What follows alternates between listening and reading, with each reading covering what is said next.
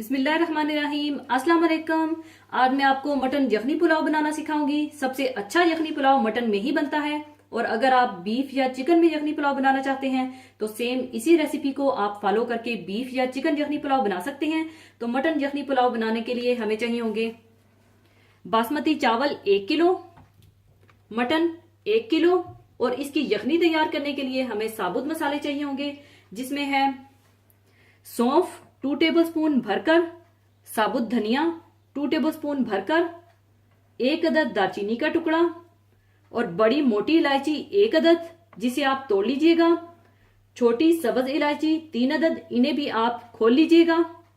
लौंगे 5 अदद, साबुत काली मिर्चें 1 टीस्पून, तेज पत्ता 1 अदद और 1 अदद बड़ा टुकड़ा अदरक का छिलके समेत रफली काट लीजिएगा, और 1 साबुत लहसुन की पोथी छिलके के साथ ही, और 1 अदद प्याज 4 टुकड़ों में काट लीजिएगा, और नमक हस्बे जरूरत, और 3 अदद हरी मिर्चें। ये सब चीजें यखनी तैयार करने के लिए चाहिए होंगी।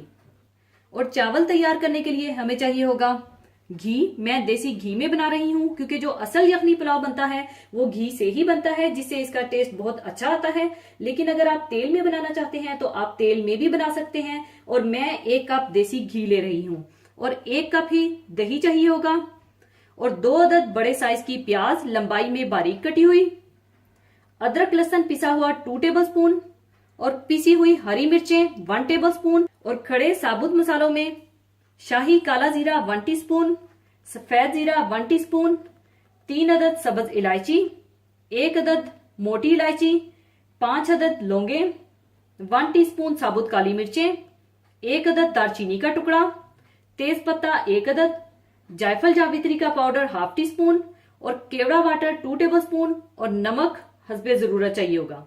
सबसे पहले आप एक मलमल का कपड़ा ले लीजिए और इसमें ये सारे साबुत खड़े मसाले डालकर एक लूज सी पोटली बना लीजिए। इसमें आप सौंफ, साबुत धनिया,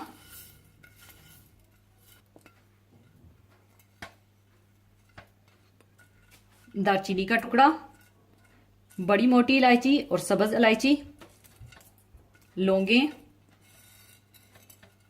और काली मिर्चें और तेज पत्ता डाल लें।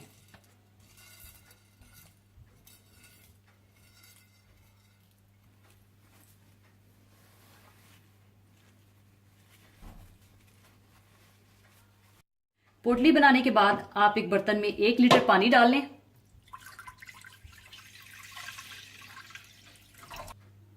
और इसमें आप डाल दें गोश्त और खड़े मसालों की पोटली और अदरक का टुकड़ा और लहसुन की पोथी और 1 अदद प्याज और हरी मिर्चें, और नमक डालकर आप पकने के लिए चढ़ा दें। और इसे आप हल्की आंच पर उस वक्त तक पकाएं जब तक गोश्त अच्छी तरह से गल जाए। गोश्त गल चुका है, और जब गोश्त गल जाए तो इसमें से आप अदरक के टुकड़े, लहसुन की पोथी, हरी मिर्चें और पोटली को अच्छी तरह निचोड़ कर निकाल लें, और यखनी और गोश्त को छानकर अलग कर लें।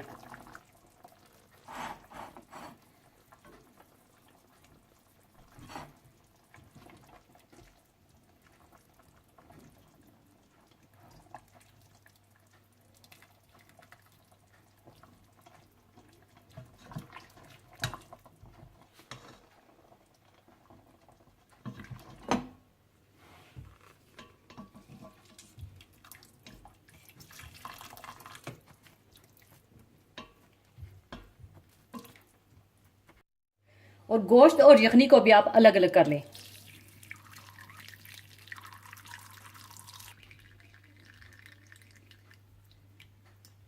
गोश्त और यखनी को अलग करने के बाद आप 1 कप घी गरम कर लें।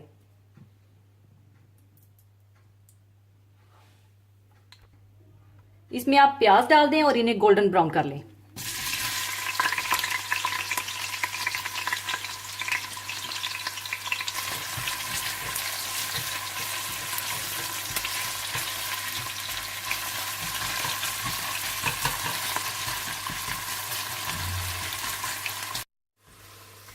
जैसे ही प्याज गोल्डन ब्राउन हो जाएं तो आप इन्हें चूल्हे से उतार लें और आधी प्याज को निकालकर फैला लें।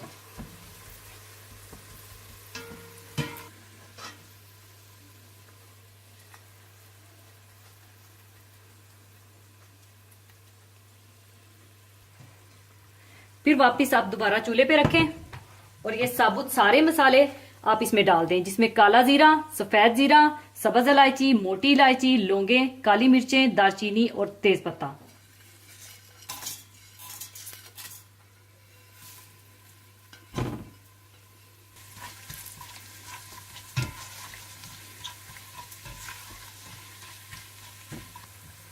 और जैसे ही खड़े मसाले थोड़े से भुन जाएं तो बड़ी एहतियात से आप एक कप इसमें पानी डाल दें ताकि छींटे आप पर ना पड़े,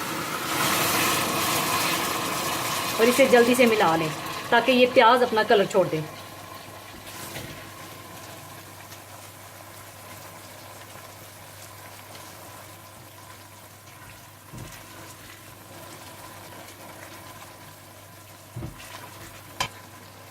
और जब प्याज अपना खूबसूरत सा कलर छोड़ दे तो आप इसमें पिसा हुआ अदरक, लहसुन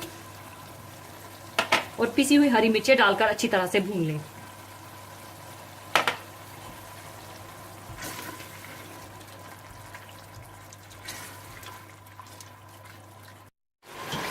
और जब पिसा हुआ अदरक, लहसुन और हरी मिर्चें भून जाएं तो आप इसमें गोश्त डाल दें।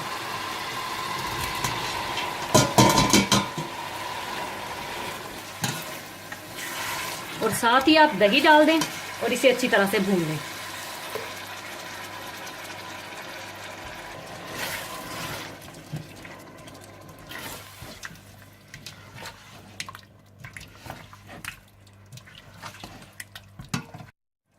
और साथ ही आप चावलों को धोकर पानी में भिगो लीजिए।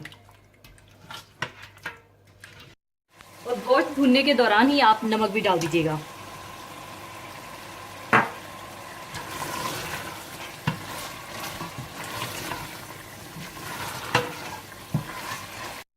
गोश्त भून चुका है और जब गोश्त भून जाए तो आप इसमें यखनी डाल दीजिए, और अगर यखनी कम हो तो बाकी आप चावलों के हिसाब से पानी शामिल कर लीजिएगा।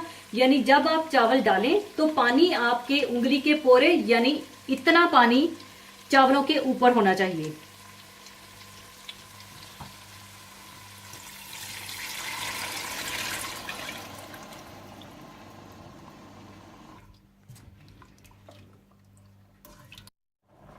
और इस स्टेज पर आप नमक चेक कर लीजिएगा, और जैसे ही पानी में उबाल आ जाए तो आप चावलों का पानी निचोड़कर इसमें चावल डाल दीजिएगा।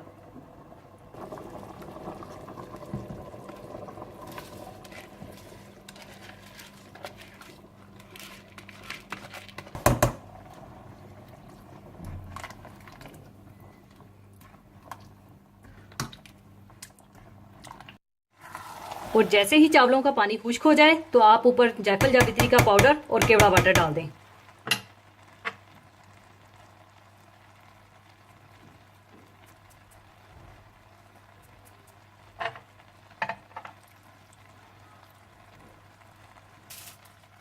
और इसे बिल्कुल हल्की आंच पर आप दम दे दें।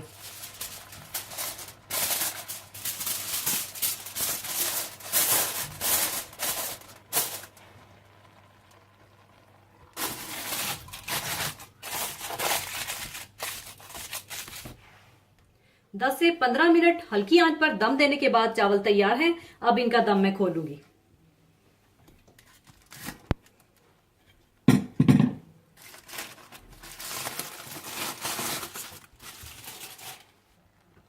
इसके बाद आप इसे अच्छी तरह से मिक्स करके आप सर्विंग डिश में डाल लें।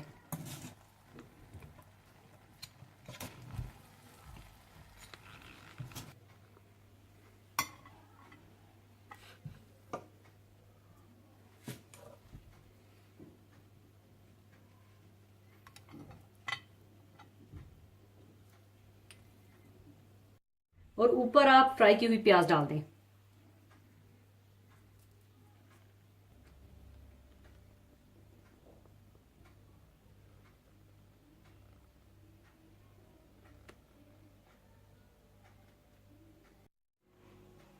लीजिए, बहुत ही मजेदार मटन यखनी पुलाव तैयार है। जरूर बनाइएगा। और जाने से पहले एक हदीसे पाक शेयर करना चाहूंगी।